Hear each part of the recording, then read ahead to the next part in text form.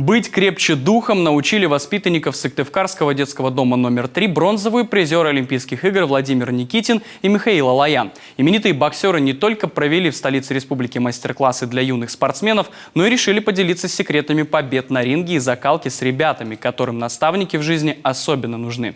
Чуть больше о том, как подготовить себя к будущим победам, узнал и Павел Королев.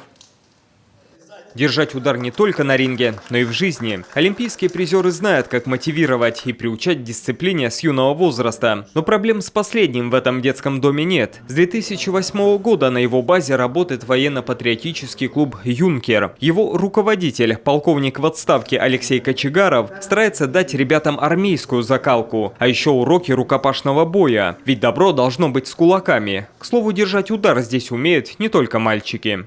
Наша выпускница Юлия Шакирова, она кандидат мастера спорта по рукопашному бою. Она с 10 лет, как только мы здесь начали работать в 2008 году, она уже записалась в этот клуб, была маленькая совсем. Она начала тренироваться, она, 2 раза становилась победительницей первенства Северо-Западного федерального округа и призер первенства России по рукопашному бою.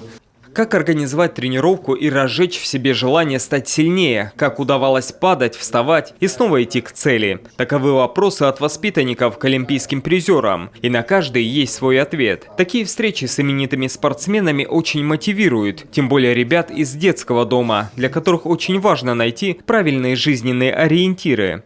Увидеть обычному мальчику или девочке, проживающему в далекой республике Коми, человека, которого показывают по телевизору, который знаменит, который добился своим трудом очень высоких вершин, это чудо.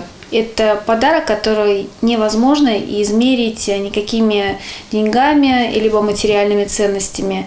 Это мечта, это надежда, к которой можно прикоснуться.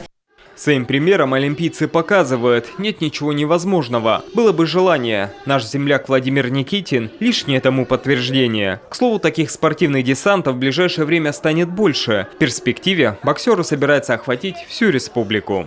Сейчас начинаем работать на территории республики Коми. У нас конкретно не только бокс, у нас спортивно-патриотическое движение «СПОТ». И вместе с ним, с Ванеевым Вячеславом Юрьевичем, будем ездить и по детским домам, именно конкретно хотим развивать патриотическое движение наше, потому что хотим побольше и детей с улиц забирать. И кто знает, может, после таких встреч с олимпийцами уже через несколько лет мы увидим новое поколение спортсменов-победителей, которые достойно будут представлять нашу республику и Россию на международной арене. Павел Королев, Роман Боровиков, телеканал Юрган.